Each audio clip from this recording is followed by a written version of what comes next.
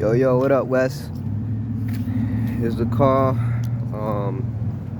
Reason I'm selling it, or what went wrong. The Guibo was bad, and it yanked my O2 sensor harness underneath there. Let me see if you can even see. You can see those two little things dangling. That's the O2 sensor still plugged into the exhaust, but the harness itself got yanked off of it. So I'll just do a walk around, go through what's good, what's bad. Rear bumper, which has a bit more faded paint than the rest of the car. I bought this bumper from someone in New Jersey, John Adams. You might have heard of him. It's missing the lights on both sides. Yeah, gas cap fell off. These trims, I wouldn't even call them good. Dents, dings, scratches everywhere. Like, that's a big one on the passenger door. The Empires are in decent condition. You could see a little rash there. I would rate them 10 being brand new. I would rate them a 7.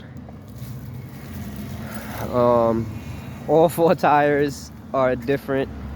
When I first got the car, it was on Pirellis, but shit happens in New York. The back right rim, this rim, I had hit a pothole and there is a dent, but it still holds air. I've been driving on there's a slight dent on the inside. You can't see it from the outside, but on the inside you can see a slight dent, and it's been holding air for the past couple 100 miles. That's this side of the car. Brake lights, they look okay. I think it's custom because up here, well, here is obviously cracked, but I think it's custom because it's supposed to be amber. I think somebody did something. I wouldn't even try to sell it because the inside of it, the housing is bad. You know what I'm talking about with the burnt out housing. MagnaFlow exhaust. I'm not 100% what model, but it's definitely for a V8. I could probably look up which model it is. MagnaFlow exhaust. This side of the car, before I even bought it, it was in an accident. I could tell because, simple things like this clear coat fading, and then you could see a little bit of orange peel. That's shoddy body work. And then other stuff like the panel gaps. You see this width here, and then a bigger width there, and that's obvious body shop shit. If you look at the front, these are depot headlights that I drilled and put crosshairs in myself. And condition, 10 being perfect, I would rate them an 8. I took my time and drilled it, but you could still see like that little black in there. I had to drill 4 holes, and for a hole there, a hole there, a hole there, a hole there. I inserted the metal inserts. Before I even put the metal inserts, I spray painted it, not spray paint, but I clear coated it so rust wouldn't be a problem, stuff like that. And then beyond that, I put silicone behind it so no water will be, moisture will be getting in. Front bumper isn't horrible. It does have its signs of wear and tear.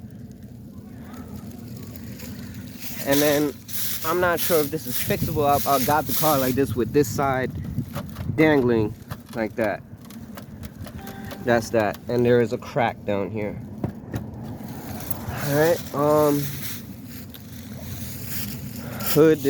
the hood is dent wise, it isn't that bad. There is a dent or two about right here, somewhere over there.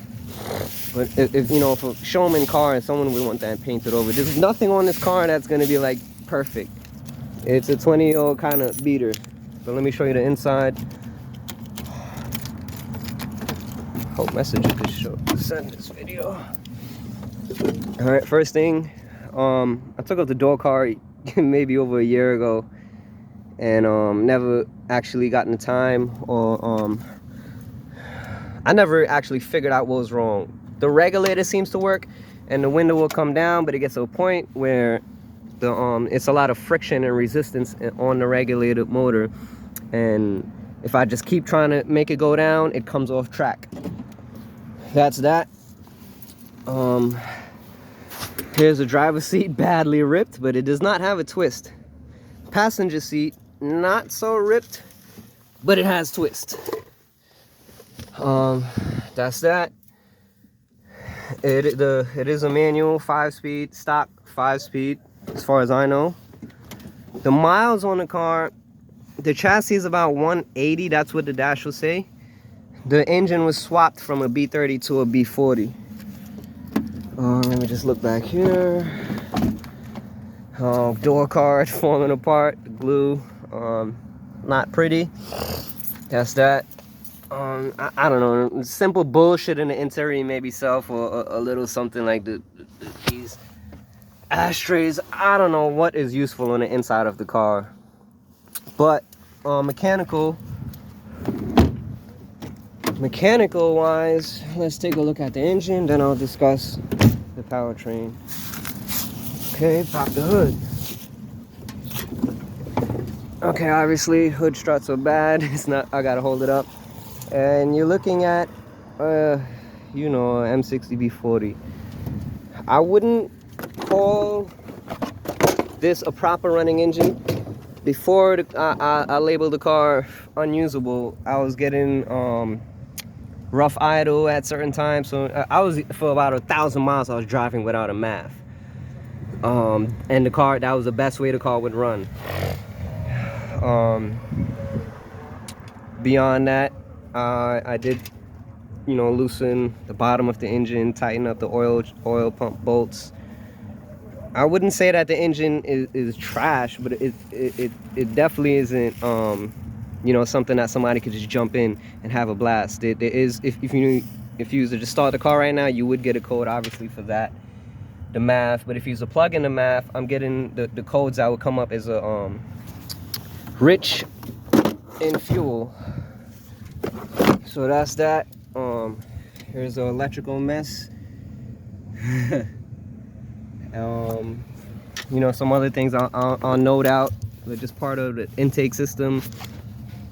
This piece had cracked. I just dropped my keys.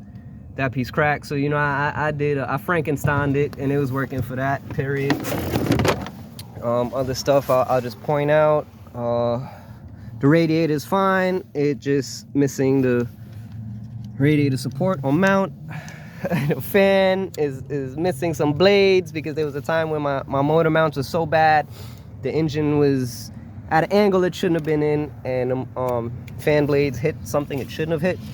In a nutshell, the depot lights that I mentioned is hardwired, meaning like there was no connection like an actual plastic connector. You just plug and play. It wasn't like that. I had to do a little splice work. That's underneath the hood.